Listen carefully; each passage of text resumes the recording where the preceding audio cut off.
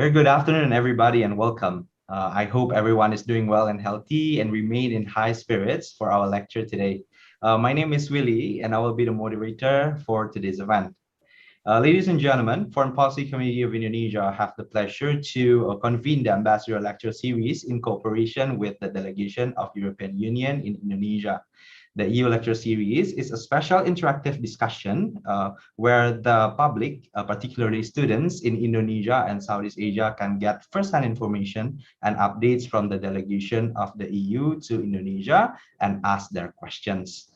Over the past few months, within the framework of EU Lecture Series, we have learned about the EU COVID-19 updates and international cooperation, EU foreign policy outlook, EU strategy for cooperation in Indo-Pacific region, and the Fit for 55 climate package and what it means for Indonesia. So if you haven't watched our past discussion, ladies and gentlemen, please visit our YouTube channel at FPCI Secretariat, and you can learn about the topics that we have discussed with Ambassador Vincent Piket. Ladies and gentlemen, just over last week, the 2021 State of Union address by European Commission President Ursula von der Leyen touched the recent event in Afghanistan.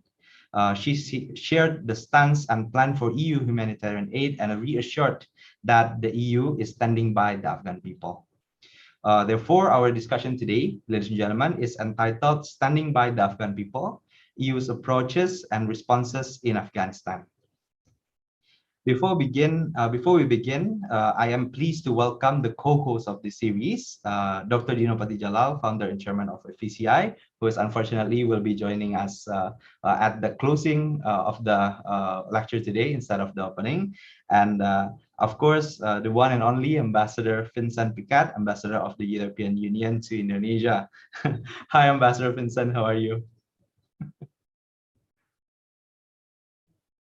Oh, unfortunately, you're still muted, Ambassador. Good afternoon, Willie, colleagues from FPCI, and greetings to all people attending this meeting. Thank you, Ambassador. Ladies and gentlemen, before I hand over the screen to Ambassador Vincent, I encourage everyone who are watching this lecture today to share your moment with us by tagging at FPCindo and at uni_Eropa on your social media posts. We also encourage students in the Zoom room to open up your camera and actively participate until the end of the lecture. So, ladies and gentlemen, without further ado, I am pleased to invite Ambassador Vincent Piket to the screen. Please, Ambassador. Well, thanks very much for the introduction.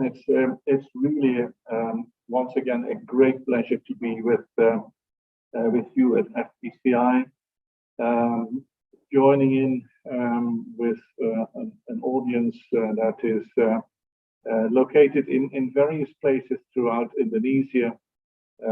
We don't know exactly where everybody is. That's because of the way we web stream these activities. But I know that there's very, of course, a sizable representation from Jakarta, where I myself am sitting, from Malang, from Semarang, and from Yogyakarta, all four beautiful cities and vibrant cities here but I'm very happy that we reach out beyond Java to Sumatra, Sulawesi, NTT, and NTB, and likely also to the Moluccas and Papua. Indonesia is a huge country. The longer I live here, the more I'm impressed by it, and I travel again a little bit before too long, once hopefully the COVID conditions permit it. So great to be with you here this afternoon. Just one small comment, Willie. You said the one and only EU ambassador. I feel flattered, of course, but let me tell you that there is one more EU ambassador in town, and that is the EU ambassador to ASEAN. We as EU have, with a number of other major diplomatic partners. We have a self-standing ambassador to ASEAN, and so that's covered by my colleague. His name is Vincent, whereas I am ambassador to Indonesia, as well as to Brunei Dar es Salaam. But that is the particularity of the European Union, but which shows that incidentally how much attached we are to the relations with both sides, bilaterally Indonesia and Brunei, and also bilaterally, separately with ASEAN. Now, Afghanistan is a country that is also part of Asia, a different part of Asia. It is in the foreign policy strategy treated within the context of the Indo-Pacific. I know that the EU released a very recently, on the 16th of this month, 2 weeks ago, roughly, its new strategy for the Indo-Pacific, and it describes in some detail what we aim to do to cooperate with this vast region.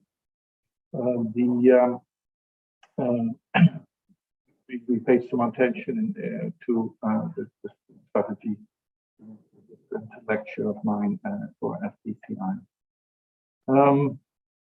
A crisis like we saw unfold in Afghanistan, that crisis, of course, was not captured in our strategy. It happened almost simultaneously, just before the strategy came out. Of course,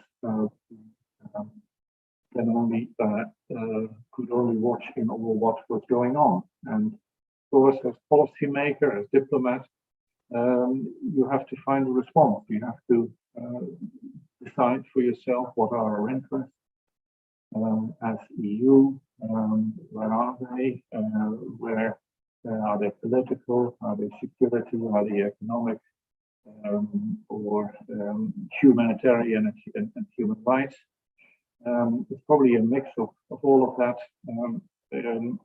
because at the end of the day, Afghanistan is in the zone bordering on the European Union, very close to the Middle East, Central Asia. These are all parts of the large Eurasian continent of which the EU also forms part. Our engagement with Afghanistan dates back to the year 2002. Those were the days when the change of guard in Afghanistan had just happened. A new interim government had been installed, headed by President Hamid Karzai, and all of this happened shortly after the fall of the first Taliban regime. Of course, the EU, together with allies from elsewhere, from the North Americas, from the Asia region and Pacific, we wanted to very strongly to support that interim regime in all ways, politically and financially, and also security-wise. Our objectives were to support the transition and to build a democratic governance, the promotion of peace, security, and regional stability in mind, by reinforcing democracy, by stimulating economic development and human development, education, and with a very special focus on the promotion of the rule of law, the respect for the human rights, and very particularly also the respect of the rights of women, and all of that, of course, having seen what the Taliban had inflicted on its country, on some people in the 20 years before. We mobilized massive financial assistance from the EU budget, which individual member states paid, an awful lot of money. From the EU budget alone, more than 4 billion euros in development assistance to Afghanistan, which made, believe it or not, Afghanistan the largest beneficiary of EU development assistance during that period. Finance projects on the governance side, in the ministry, getting the government going and up and running. Agriculture, vital. Private sector development, SMEs, education, health, women empowerment, and of course also security. Besides that, the EU has paid, both EU budget and the member states, lots and lots of support to Afghan refugees abroad, especially in Pakistan. 2 or 3 occasions, we also hosted international donor conferences in order to raise further finance for Afghanistan's stability, Afghanistan's growth. In parallel, not go into detail here, but was also the military and security engagement led, as far as our member states were concerned, by NATO, which many member states are member. Now, why did we do all that? You have to ask yourself, and of course it was to help this transition, to help set up this stable government, to a sustainable government for the longer run. We wanted to give the population, the citizens of Afghanistan, a chance to make a new start after the era of the Taliban terror, restore the rule of law, what's vital for us, and for security reasons. Security, lack of security would affect neighbors and would also could have spillover effects towards Europe itself. We had major worries, still do, about border crossing crime, especially linked to the opium production and the opium trade from Afghanistan.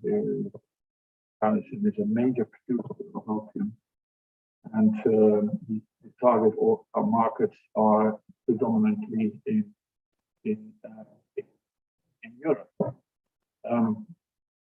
And lastly, of course, the goal was to combat terrorism. Intervention in Afghanistan happened because of terror, international terror, and avoiding something like that happen again was a very fundamental core goal for us. And previously, the Taliban had harbored terrorists and had actively exported and supported terrorists for terror acts outside the country. I went into a little bit of detail to just illustrate that this was a menu of goals and objectives, a menu of interests, and a menu of actions of what we did that was perfectly reasonable and perfectly rational. It was something that was absolutely vital at the time, and something that was worth a lot of investment by us in terms of finance, but also in terms of political and military energy.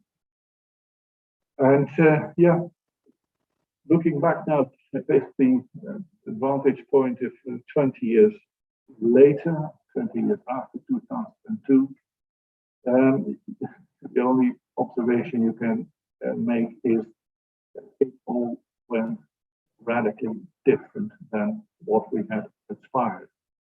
And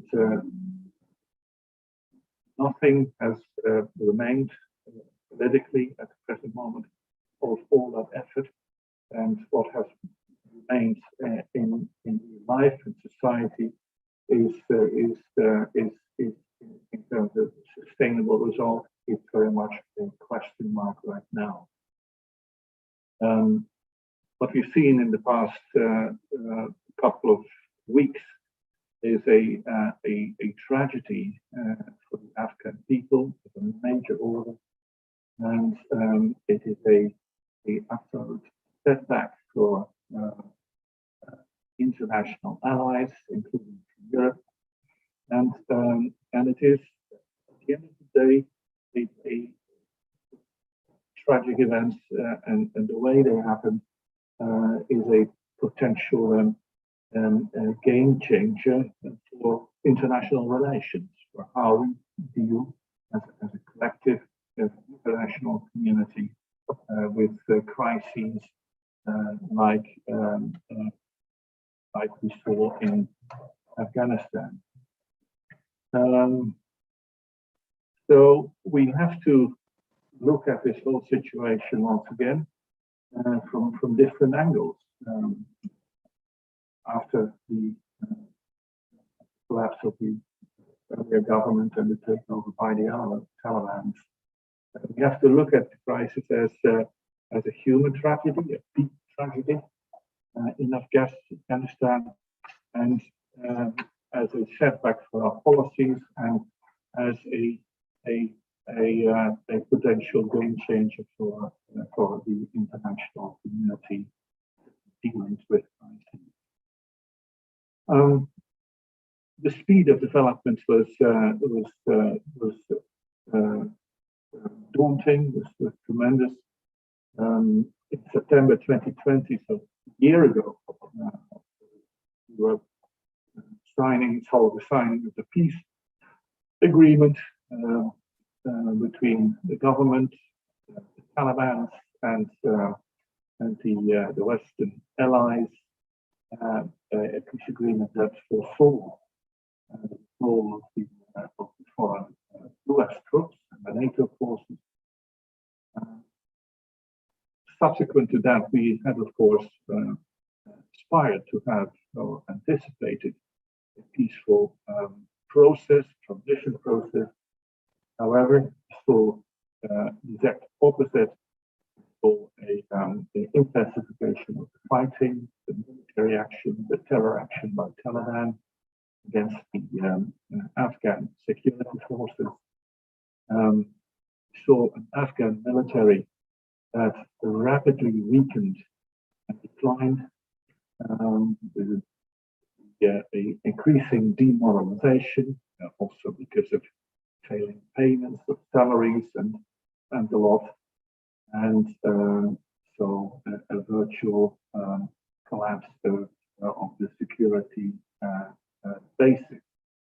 And moreover, of course, the tribal leaders in Afghanistan started to see an opportunity to put their own interests. That's what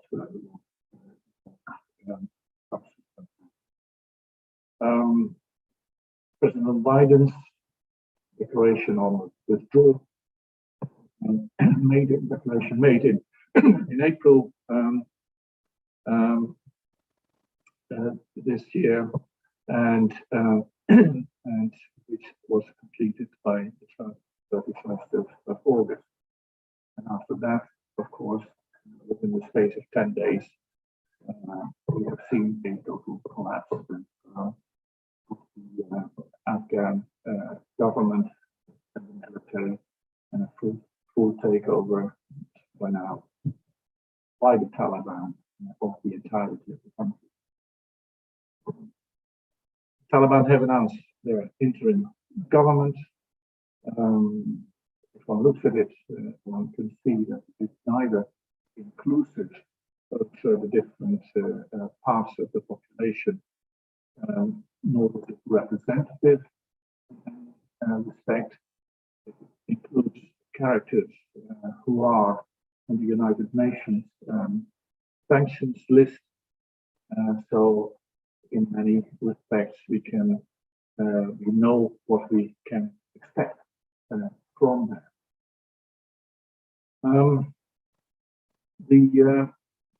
At the same time, and that is what the European Commission President Ursula von der Leyen said to the European Parliament on the 15th of September. Despite all of that, and despite of this total collapse and total failure of our policies, we cannot walk away from Afghanistan. And we can say that in simple terms, that the objectives why we went into Afghanistan in 2002 are as poignant, maybe even more poignant now than they were back then.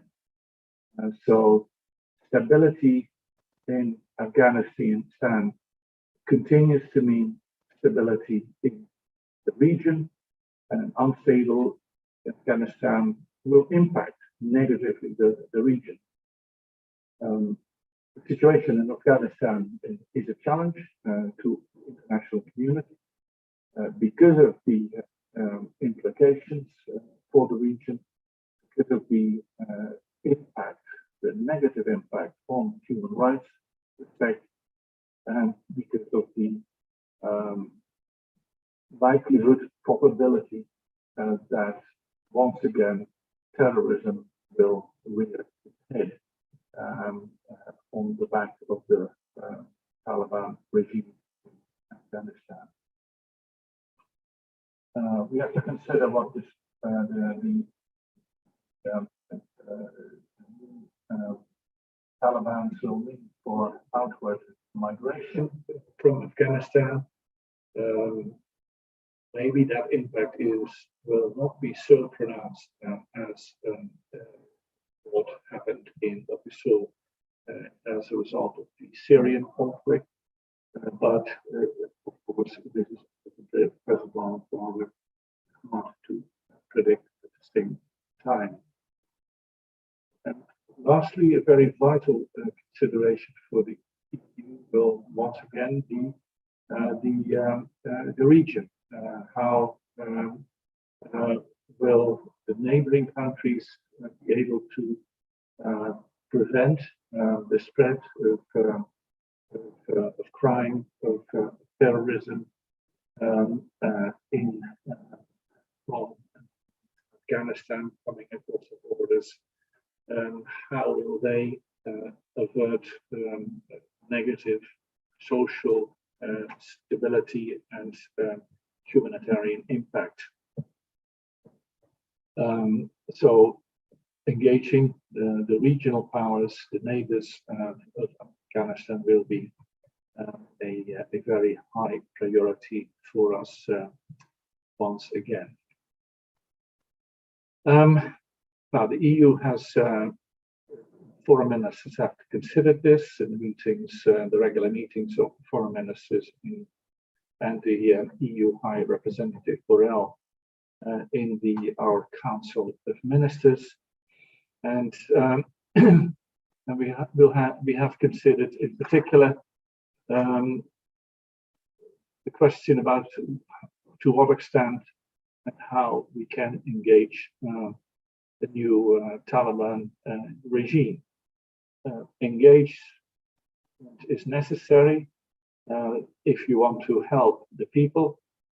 At the same time, we don't want our engagement to mean or to be interpreted as meaning that we are recognizing this regime that recognition is just not the case.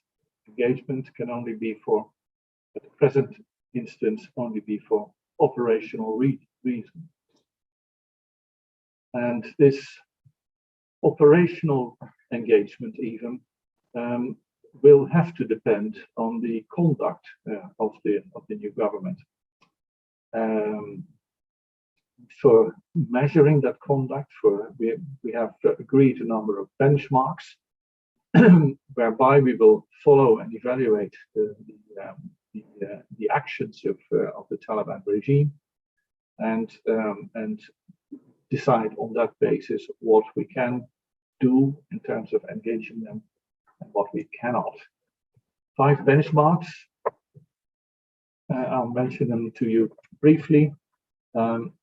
First of all, question whether or not the Taliban government will once again open up Afghanistan to serve as a basis for terrorism, as for the export of terrorism to other countries.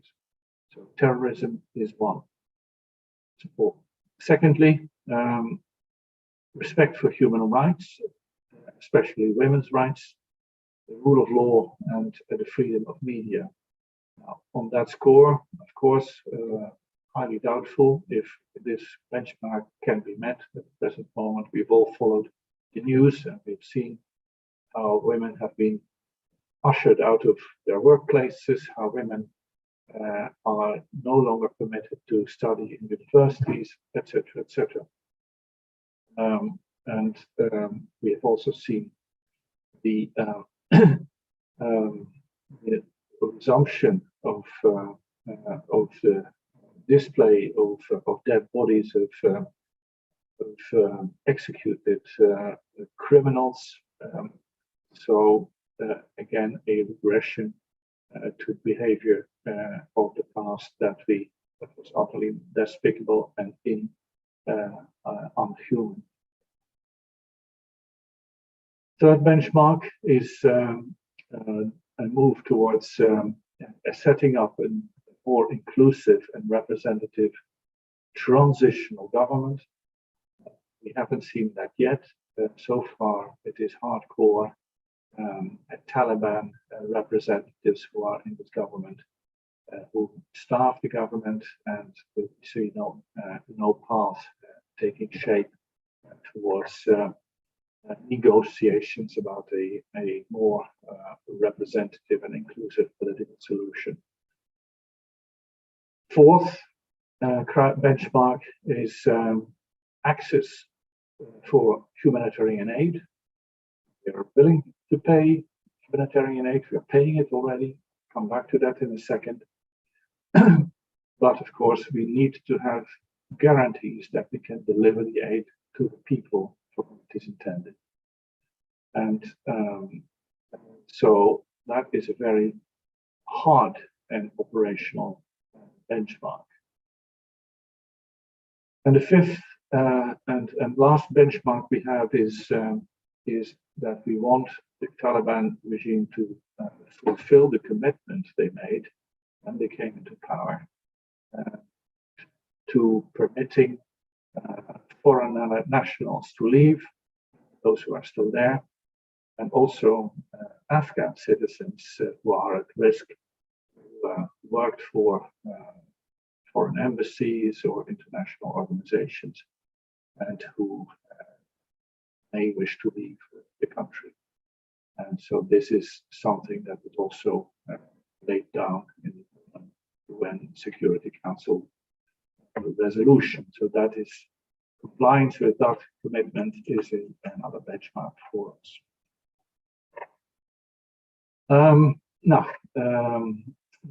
This is what we've decided as EU, and we will judge and evaluate on this basis. And I can almost hear you say, this is not going to work. Taliban is never going to fulfill this. I think we need to keep our eyes open and let the situation evolve a bit further and then judge and evaluate on that basis.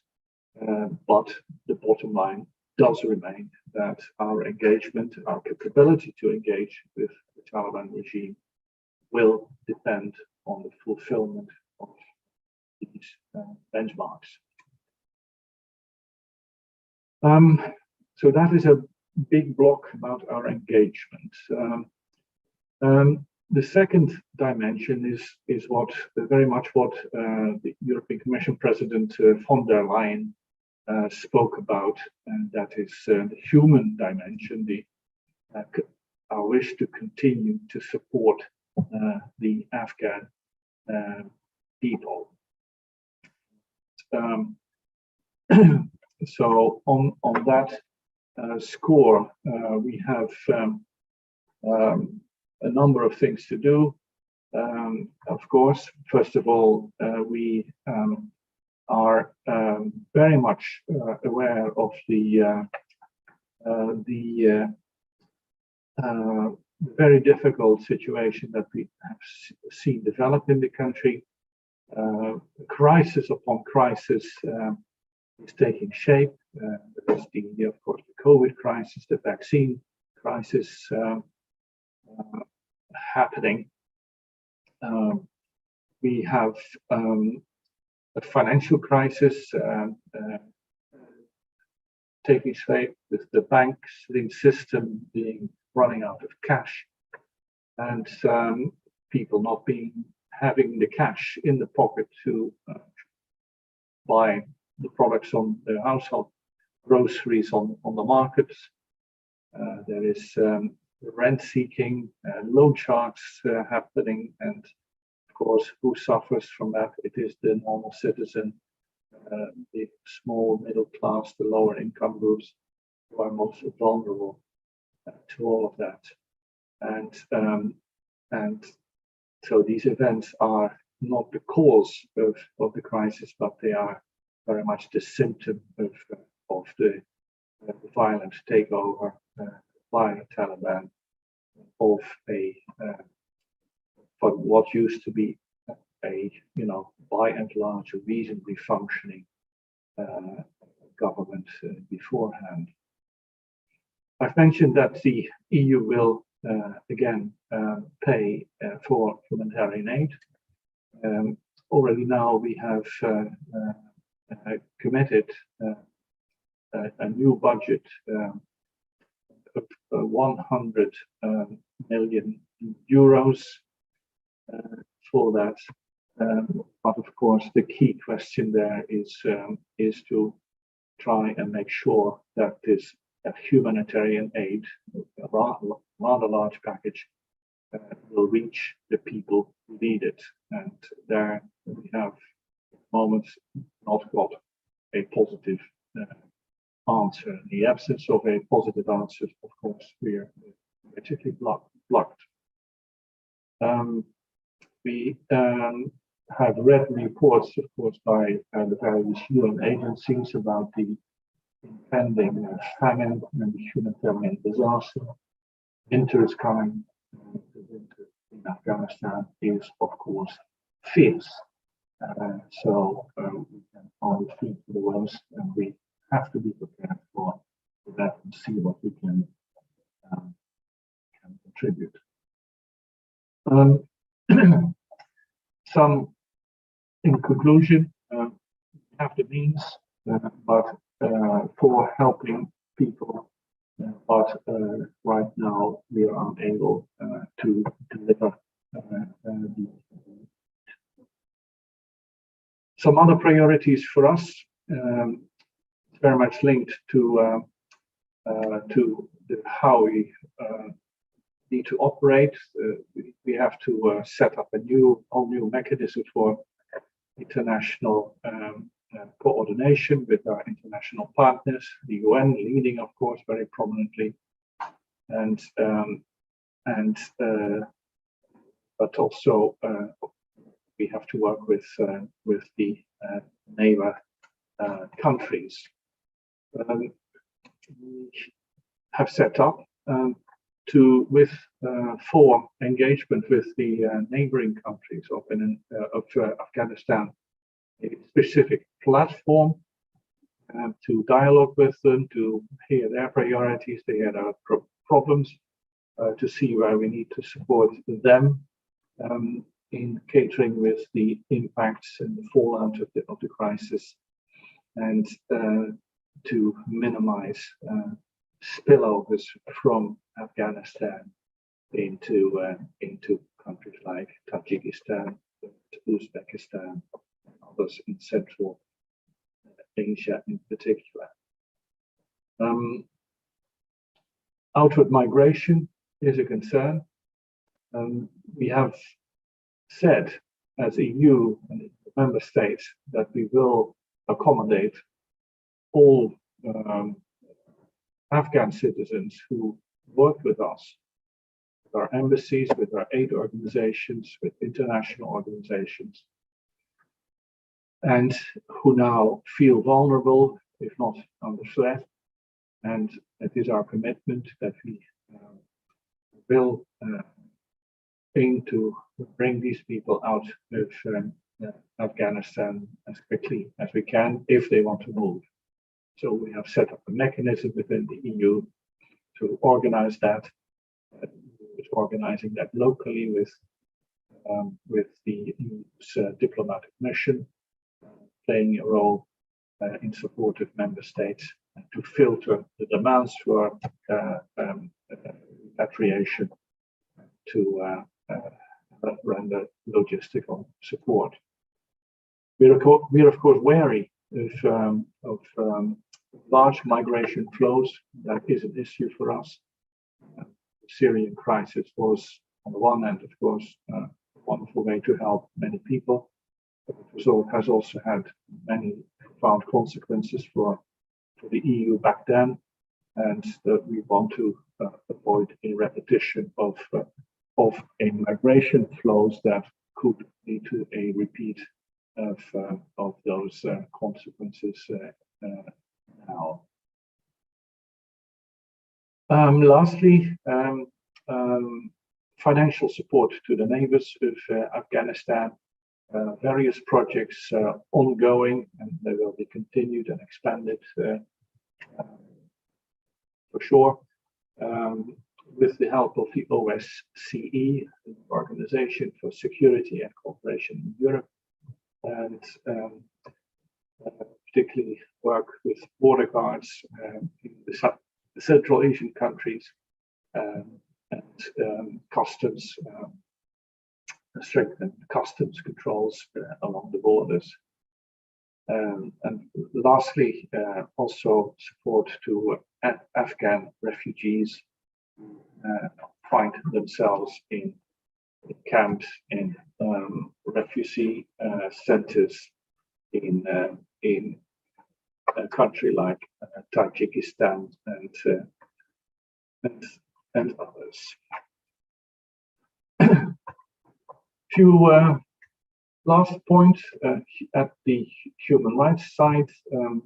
Worth mentioning that we're working hard as EU in the Human Rights Council to get approval from the members of the Council of a special rapporteur on Afghanistan. We think that's vital to have a UN rapporteur designated for Afghanistan in order to have a consolidated and comprehensive following of all the human rights related developments and problems. Negotiations are ongoing. Surprising to see, of course, that some international partners seem to be less interested in that than one should expect.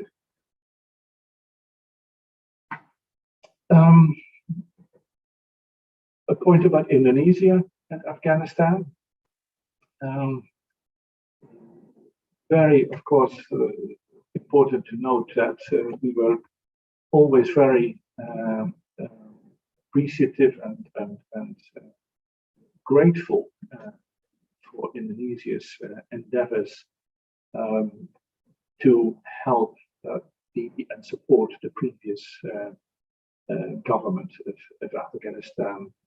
Clearly, Indonesia had a special role, has played a special role in their different ways. For instance, the dialogue between ulemas from Indonesia with their colleagues, counterparts in Afghanistan in the previous couple of years. A religious dimension. President Widodo, of course, visited Afghanistan personally back in 2018 with then President Ghani, and stating an commitment towards peace and welfare in Afghanistan. Foreign Minister Retno Marsudi, very active in Afghanistan on Afghanistan topics as well, especially, of course, the support for the position of women, very high priority for her, for Indonesia, and also for us. We were very supportive of that also from our side. Like as for us, for Indonesia, the situation is now different. We have to re-examine our posture, re-examine what we can do without recognizing the regime that we, for the time being, cannot possibly recognize. So the Foreign Ministry released a 7-point statement, including the elements that it will monitor in Afghanistan, stating the wish and the hope that the crisis can be resolved in an Afghan-owned, Afghan-led, and political settlement. So we look forward to dialogue with Indonesia on that and to prepare the fulfillment of the EU's 5 benchmark marks with the fulfillment of the 7-point the points raised in the 7-point statement that the MFA Kamlu here released a few weeks ago. Very last point is of a general kind, and that is, of course, what does this mean for the international community, for international policy making, for the international alliances in crisis situations like we've seen. And if you're honest, then we have to look at ourselves with a fair amount of self-criticism and about how we have operated and at the total lack of results that we have got after 20 years of human and massive financial investment. We need to draw some lessons about how do we go about state building in countries post-conflict situation after a return to a normal. How do we help such countries build themselves, build their organizations, their structures, their governance, their parliaments? How do we help them build their citizen awareness about what is needed, what citizens need to do? Considerations about what the role is of security, the army in such situations, and etc. So very, very fundamental questions we need to ask based on good analyses. Maybe here some of the FPCI members can help us there with your PhD, your master's theses. do so, write and let us know, and so that we can also learn from you. Your insights, I mean that seriously, your insights are as important as the insights from foreign policy professionals such as myself. So, so that is one set of questions. Secondly, we have to think about our alliances. We went into Afghanistan as part of an alliance, and we have to admit to ourselves that the way the alliance ended was not in the same sort of harmonious spirit as the way it started. So the question that we have to ask ourselves is, what does it mean for our relations with our very, very key partner, the United States? How can we rebuild the mechanisms of consultation in a way that helps better ensure the interests of all partners in the alliance as compared to one or a few? The third question is, and a question that goes around quite a bit in Brussels EU circles at the moment, what does all this mean for the development of the European Union strategic autonomy, for our security and for our defense policy? And again, I refer to what European Commission President von der Leyen said in her statement, in her speech to the European Parliament on the 15th. She stressed that the EU must prioritize that debate and action to develop what is called this strategic autonomy. Doesn't mean independence, no, it is autonomy within the international context, without diminishing our linkages, the linkages of member states to NATO and the transatlantic.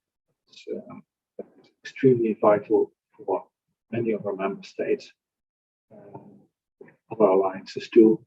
So that is a question that we have asked: how do we develop strategic autonomy, greater capability to fend for our own interests and to protect our own interests in the midst of our commitment to multilateralism and international community? I stop there with these very large, broad questions to which we come back in the question and discussion time, and so to which I look forward. Thanks. Thank you very much, Ambassador Vincent, for your remarkable presentation. I'm sure everyone has learned a lot today about how Afghanistan has been a very tragic event that disturbed the stability not only in the country but also the region that surrounds Afghanistan. And you have also discussed about the 5 benchmark, the question whether or not Afghanistan will be open for terrorism. What about the respect for human rights, for women's rights and rule of law, the inclusive and for the transition of government, access toward humanitarian aid, and also the permit for foreign nationals to be there as well in Afghanistan. You also touch about the human dimension, the human rights dimension in Afghanistan, and also the financial aid that EU has been preparing for Afghanistan as well. And now, Ambassador, let us move to the question and answer session. And for our friends in the Zoom room, you can use the raise hand feature to ask your question directly to Ambassador Vincent Piket. Once again, for our friends in the Zoom room, if you want to ask your question directly, you can raise your hand in the Zoom room and I will address your name. If you don't want to address your question directly, you may also type in your question in the chat box, and I will read out the question to Ambassador Vincent. And for participants on YouTube, we have hundreds of participants on YouTube, Ambassador. If you would like to ask questions as well, you can put your question in the live chat box, and the committee will fetch the questions to me, and I will convey it to Ambassador Vincent. So for the first batch of questions, Ambassador Vincent, we have three questions. First is from Sabila Ahmad from UIN Jakarta. After a lot of political accident and that causes a lot of migration of people, what will EU do in the future to solve the migration problem that comes with the migration of people? And a question from Ibu Tamalia Alishabana, Ambassador. Did the EU leave behind any of the Afghans who worked and supported the EU? If so, why? And does the EU have any plan to help them? And the third question, Ambassador, is from Jeff Situmorang. Why would the EU bear the consequences of what is arguably is the blunder from the United States in Afghanistan? So that is the first batch of questions, Ambassador.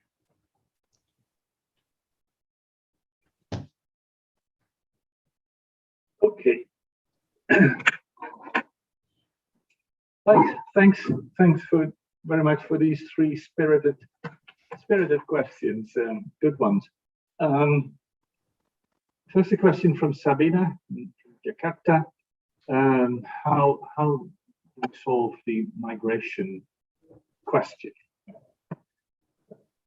I think what Sabina means, how do we solve the migration problem? Look, distinguish two different situations. One is a migration problem that we have continuously in Europe from countries where in Africa, North Saharan, Sub-Saharan Africa, countries a little bit further away into Asia, countries that have an income level and a development level which is way below ours, that have unstable regimes and etc. Now, that is a migration problem that we will not solve without developing those countries themselves, without creating jobs there, we need to have stable governments there, governments that are trusted, and so forth. So that is a medium to long-term process. Not easy. Money alone doesn't help. We pay a lot of money for the development of these countries, but money alone doesn't help. You need good governments to work with, governments who can deal and improve their economies. Protecting our seas, our borders alone won't help. That is simple reality. That there will always be desperate people going across the Mediterranean, for instance, little boats, unsafe boats, terribly unsafe boats, trying to reach the European shore. So border guards alone aren't enough. We need them, but they themselves aren't enough. So long-term development is the only answer to reduce the push factor from countries in our larger neighborhood. The second situation is the crisis situation, like we had in Syria, like we have in Afghanistan. And how do we solve that? Of course, very tough. The tendency is to try and promote that these people who flee from country like Afghanistan, stay in the neighborhood. In other words, we will support the neighboring countries for the financing of refugee centers and the like, to help them manage the refugee flows. So that is a temporary solution. It presupposes that one day those refugees go back to Afghanistan at a time when Afghanistan authorities there, whoever they are, can assure the safety of themselves, their families, etc. So that is also something that is not evident. So here, money from the EU to receiving countries hosting refugees, migrants, is going to be needed for quite a while to come. Second question from Amalia. I don't know where you are, Amalia, but did we leave people behind? Yes, we did. We were unable to bring out everybody that we would have brought out had we had the time and had the situation been less chaotic and better organized. And that was one of the things that was discussed by the EU's Foreign Affairs Council, with all the chaired by the High Representative Borrell, with all the foreign ministers, that the EU committed itself to bringing out all, of course, European Union citizens who are still in Afghanistan. Not that many, but there are still some. And secondly, people who have a link with us, who work for us in our embassies, in the NGOs, in the international organizations.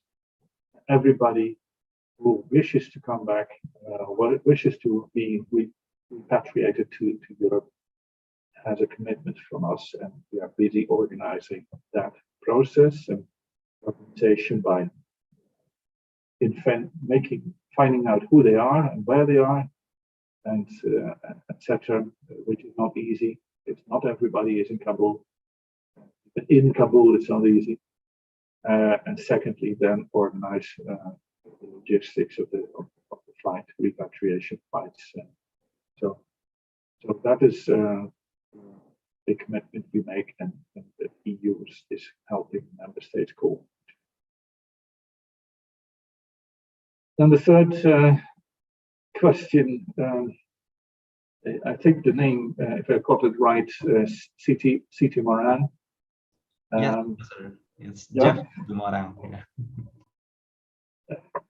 Well, she asked the question in a way that a diplomat can not always ask it. So, but well put, Siti. You're not yet a diplomat. So why would the EU bear the consequences of something that was done by somebody else?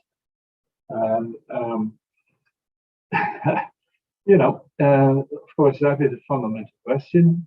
But here you can have two answers.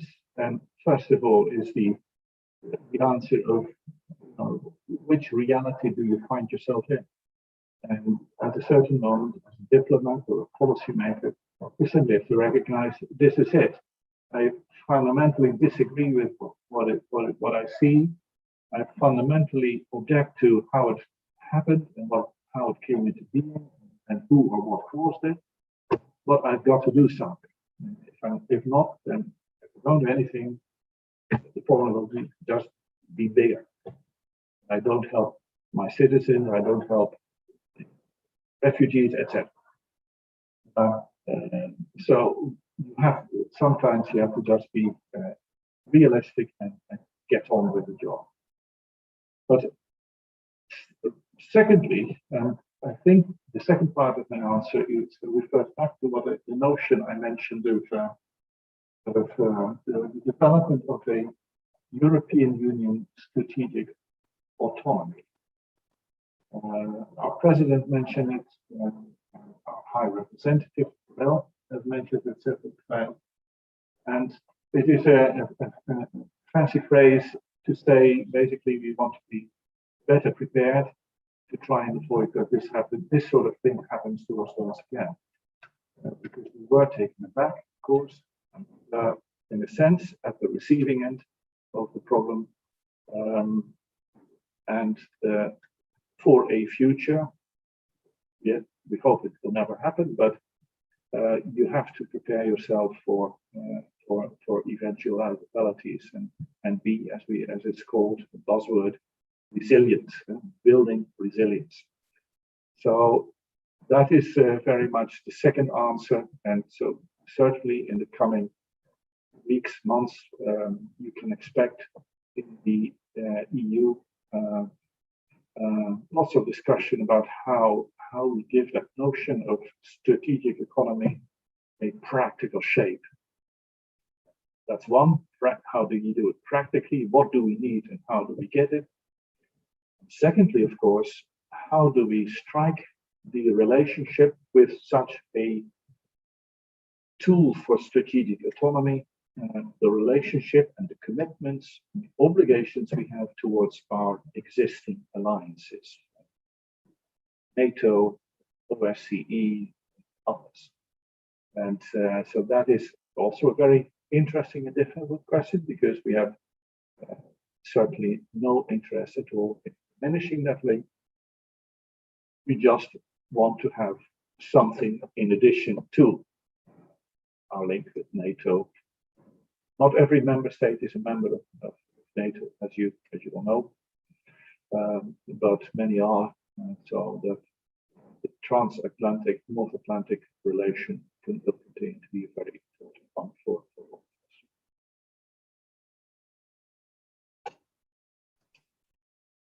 Thank you very much, Ambassador, for that answer.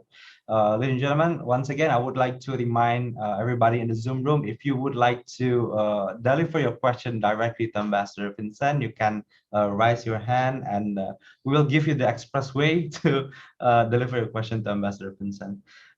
For the next batch of question, Ambassador, we have a question from Santoso, who is an alumni of Ateneo de Davao University, Philippines.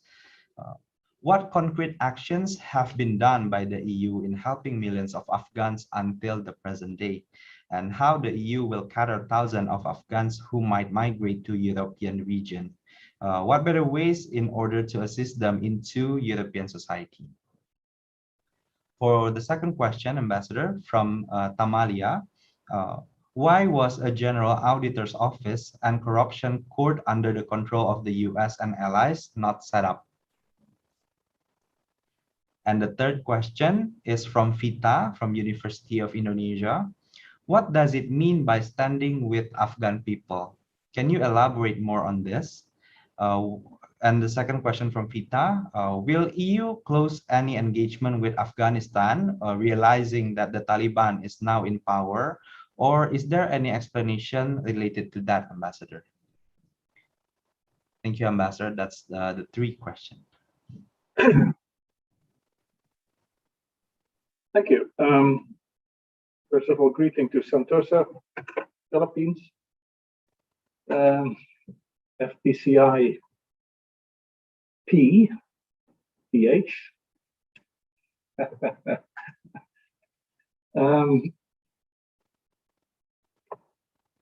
So concrete actions, I mean, right now,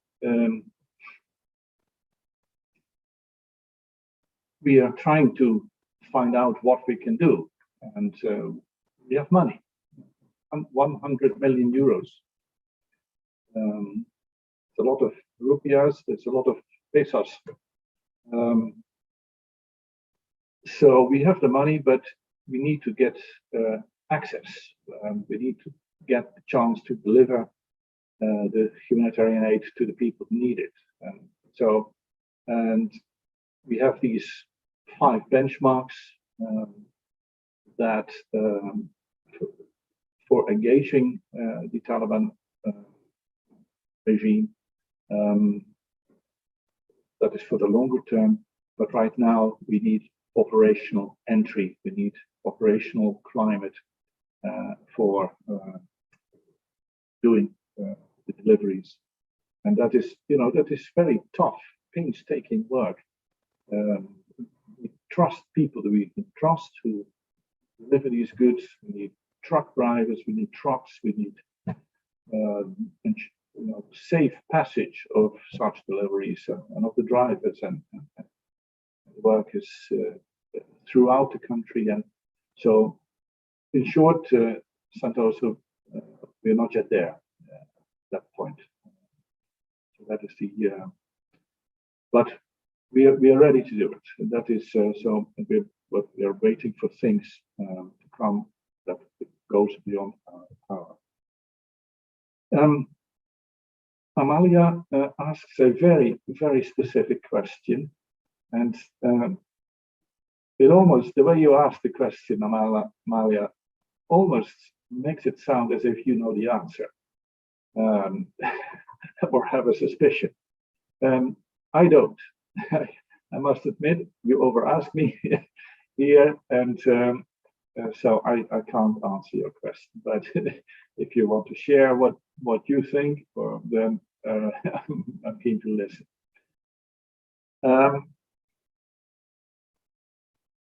The third question, I didn't get the name of the who asked. It's Vita, Ambassador. Vita. What do we mean by standing with Afghanistan? Afghanistan, with the Afghan people. I think what we mean is that regardless of who is in power, we want to tell the Afghan citizens we still your friends. We still want to work with you, support you where you need help, and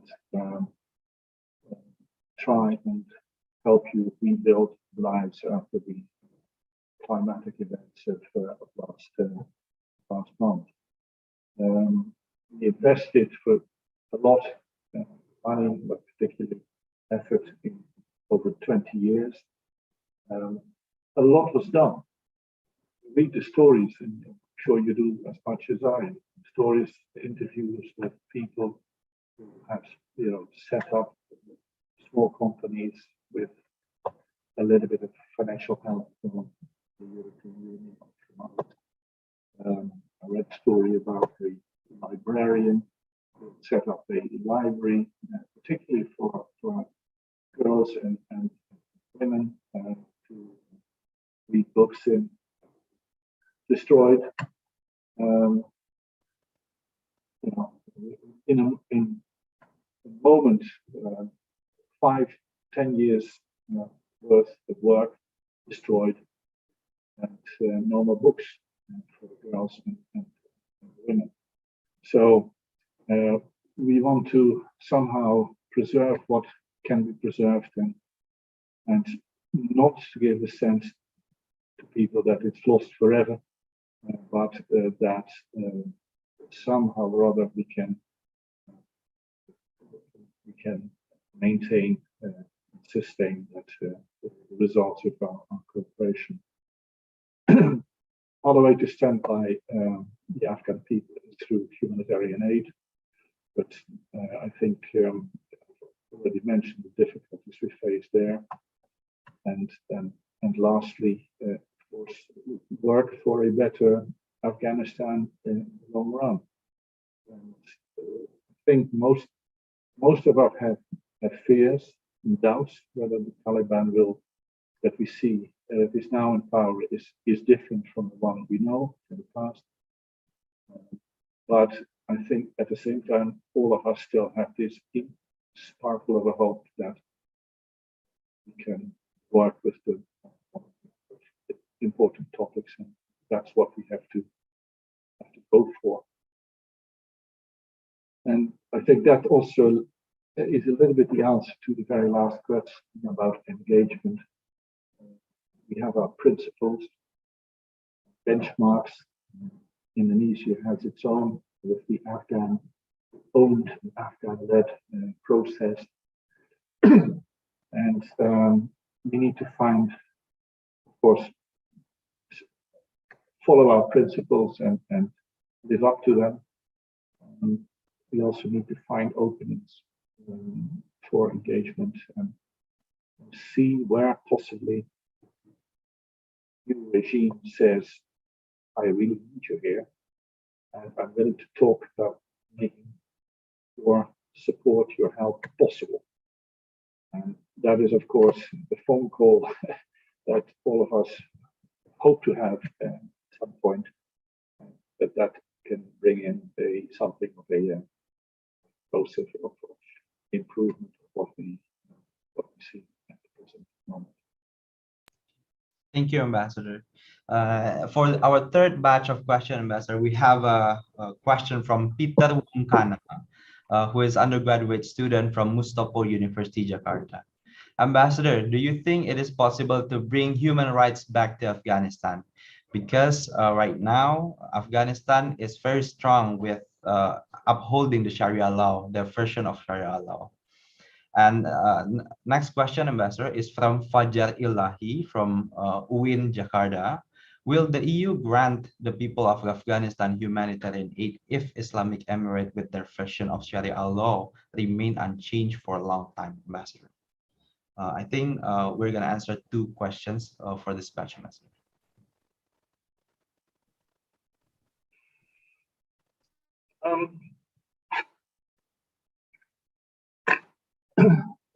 Good. Two questions which hang together a little bit, I think.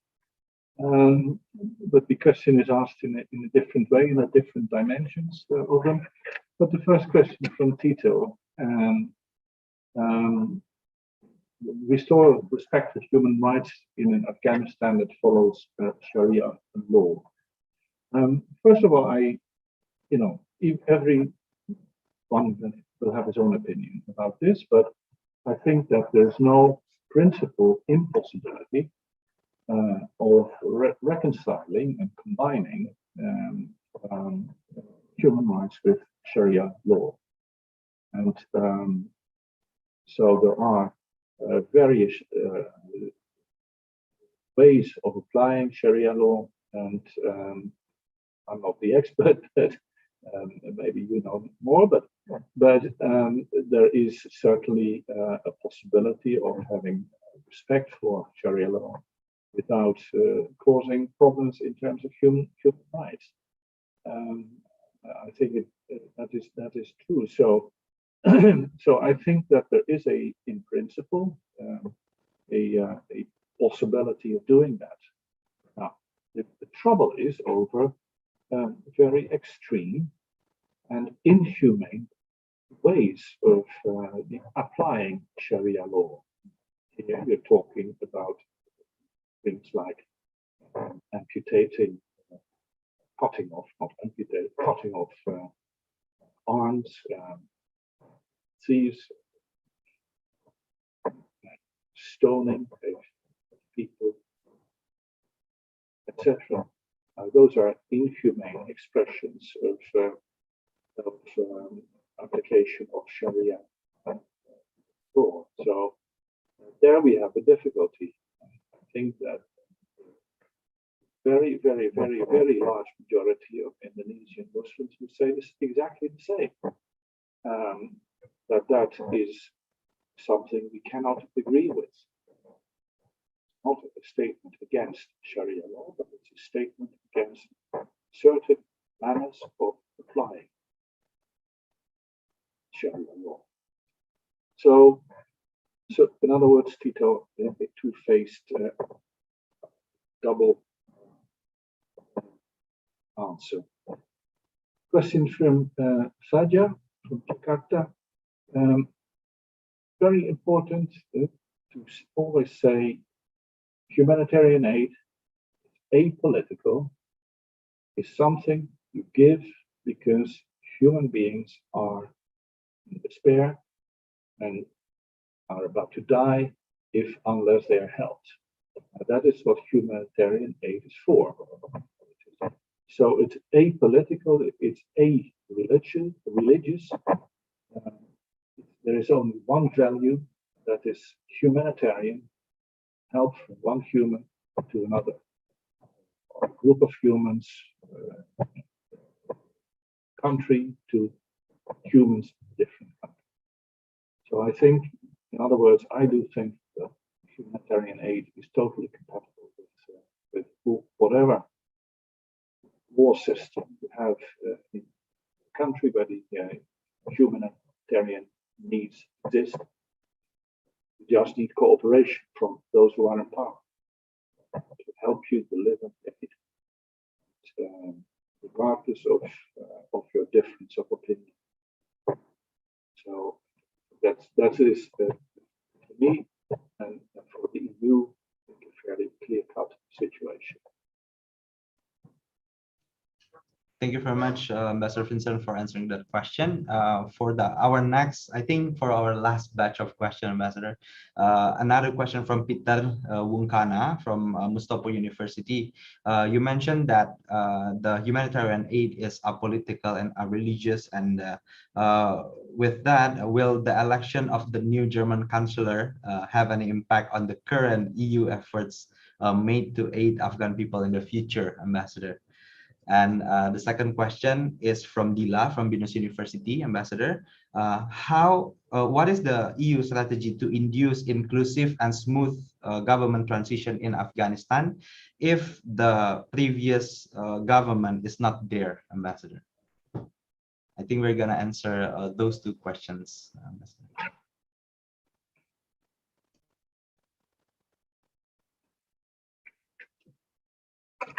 Tito, it's a question about the outcome of the German elections of this weekend, last weekend, change anything to this? I don't think so at all. Humanitarian aid is something that is very much a consensual matter within all the member states of the EU and Germany in particular. And so I don't see there's going to be a big change in that regard at all. And so there will be continuity that regard from the German government. But ask the question next time to the German ambassador, who of course is better placed to answer it than I am. Then the question from Ila, if I got it right, from Binus University, inclusiveness, how do you do that, and what can you do? And I simply have to say, agree with you with that, Ila. The implication that seems to come out of your question is that for the time being something that will be very difficult to realize, and we are nowhere near the situation where we can say as EU we have an inclusive and representative government in Afghanistan. The sheer fact that there is not a single woman in that government, I think, in itself is a clear sign that inclusiveness is absent. And secondly, more at the grassroots level, what do we see happen there? Are the laws and the rules that have been announced, do they promote inclusiveness at the moment? The answer is no. So we have it's one of our benchmarks, one of the 5 benchmarks for the EU. To say that would allow us to say we can again engage, and for the time being that benchmark is not met. Okay, thank you very much, Ambassador Vincent. I asked Ray, and Ray said that I can deliver one more question for you, Ambassador. And this is a personal question from me to you, Ambassador. This is regarding Oh, state building in Afghanistan. I know for a time of crisis like this, humanitarian aid is going to be the first thing that we're going to do or prioritize, right, Ambassador? But regarding state building, what kind of vision that the European Union has for Afghanistan, Ambassador, regarding democracy, regarding education, rights to freedom of speech, and what kind of governance that the European Union, envision or hope for Afghanistan people, Ambassador?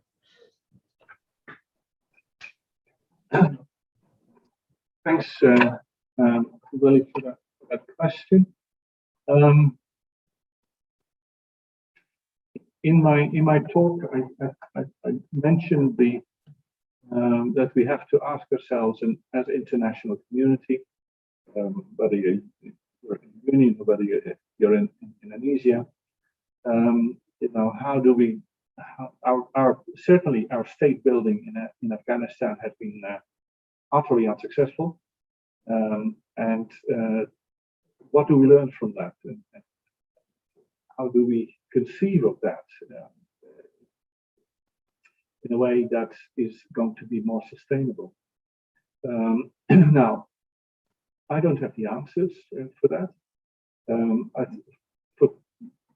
Let me first say, let's recognize that there are sometimes extreme situations happen that go beyond any policy making, that simply will continue to beat us,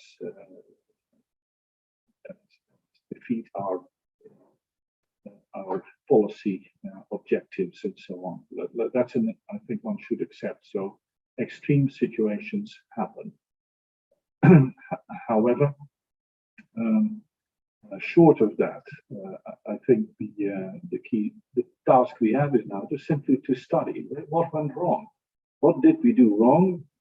What could we have done that would have not helped prevent this reversal of past month? Now, here, I do think that, of course, we have to do our work back in Brussels, in the EU, in the member states, in other countries, in part of the alliance. We have to do that sort of thinking and self-analysis. But I also think here, and that's also, I see that Dr. Dino Jalal has joined us, that this is something where you, participants in this FPCI webinar, in the various chapters, can make a contribution. So, as I said earlier on, when you do your master's thesis or your doctoral thesis, I don't know, take Afghanistan as your case. Don't look at the totality and general thing, and look at specific things, and see what you can deduce from your analysis to the policy making. I'm 100% sure that we would be grateful readers, colleagues dealing with Afghanistan in Brussels, and I'm 100% sure that in Kremlin you will find grateful readers, up to including the Foreign Minister herself, given her very keen interest in Afghanistan over the past number of years. So in other words, Willie, I bounce the question back to you. Okay, Ambassador. Thank you very much, Ambassador Vincent, for answering all the questions from students. The questions not only coming from Indonesia, but also from Malaysia, from Philippines, and we have some audiences also coming from Southeast Asian University, Ambassador. So once again, we thank you. And ladies and gentlemen, I'm sure there are still a lot of questions to be answered, but unfortunately we cannot take them all today because of the time constraints. And once again, we thank Ambassador Vincent Piket and all of the students for asking questions to Ambassador, and for Ambassador Vincent for answering the questions. That was a very insightful discussion, and I believe that all of us here have learned a lot. Now, ladies and gentlemen, before we end the lecture today, I would like to invite Dr. Dino Patijalal, founder and chairman of Foreign Policy Committee of Indonesia, for your closing remark. Dr. Dino, the screen is yours. Sure. Well, I don't have much to add. Certainly, that has been very exhaustive. The lecture by Ambassador Vincent Piket, and I want to thank him for sharing his update on European thinking and policies towards Afghanistan. And Afghanistan had been a blind spot for Indonesia some years ago, blind spot in the sense that we were ignoring events there, and there were a number of Indonesian fighters that went to Afghanistan and fought there. This is during the Soviet occupation and so on. And little did we realize or predict that these guys would one day return to Indonesia and become part of terrorist cells that would create problems for our country, right? In fact, the group of people that went to Afghanistan coming from different countries became a source of concern for Indonesian and also regional security, right? So that was the point when Afghanistan was a blind spot. And now just looking back into it, I think the priority is making sure how do we ensure that regional security will not be seriously affected by political and security developments in Afghanistan. And I'm sure Vincent talked about that today.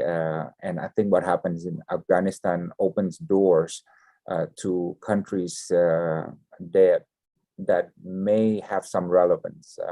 Obviously we're talking about India, Pakistan, Iran, and so on, but maybe Indonesia. I was talking to Vice President Yusuf Kala the other day, and he said that, he's been communicating with the Taliban. Yeah, Taliban were sending him WhatsApp messages, right, to Vice President Yusuf Kala, who hosted them in Indonesia, right?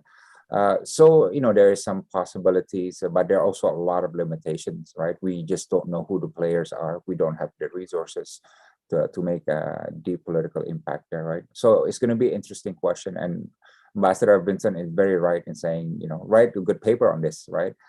There's a lot of open-ended questions that are unanswered. And I think it would be, interesting to analyze events from the viewpoint of the students. Yeah. So again, thank you, Ambassador Vincent, and I look forward to having you at the next EU lecture series. By the way, before we close, I just want to say that we're going to have the Global Town Hall, our big annual Global Town Hall on the 20th of November on Saturday. So mark that date because you're going to hear a full day, a marathon debates by the best minds in the world on key global issues. Yeah, so mark that date, Saturday, 20 November, all day from 9 in the morning until 12 midnight, the Global Town Hall.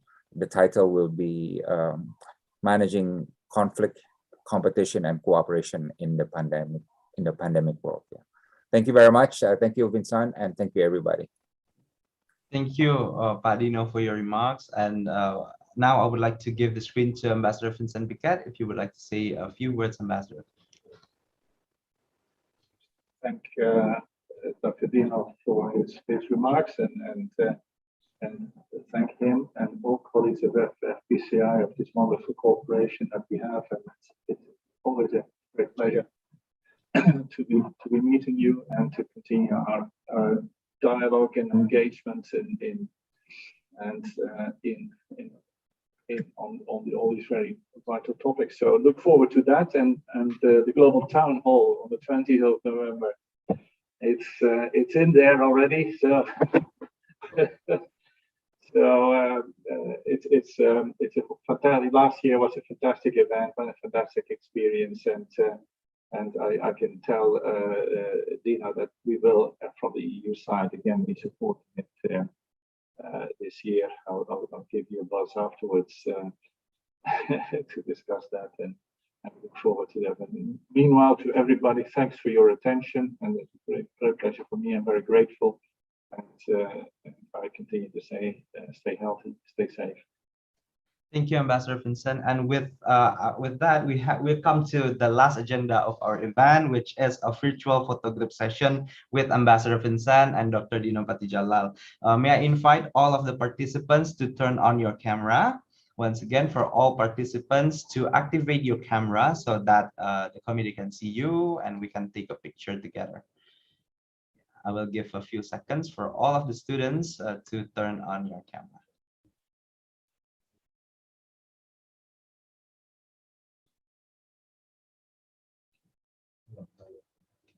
Once again, I invite all of the students in the Zoom room to turn on your camera so that we can see your face and we can see your beautiful smiles.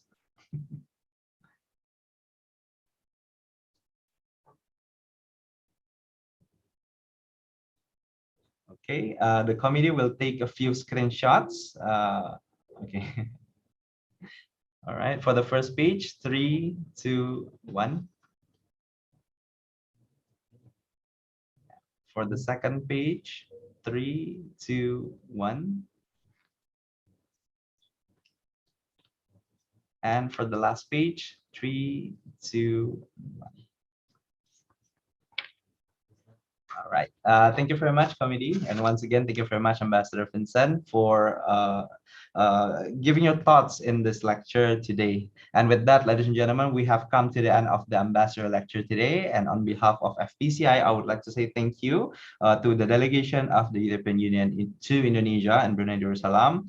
And also, we thank all the students who have joined today and actively participated at our Ambassador lecture.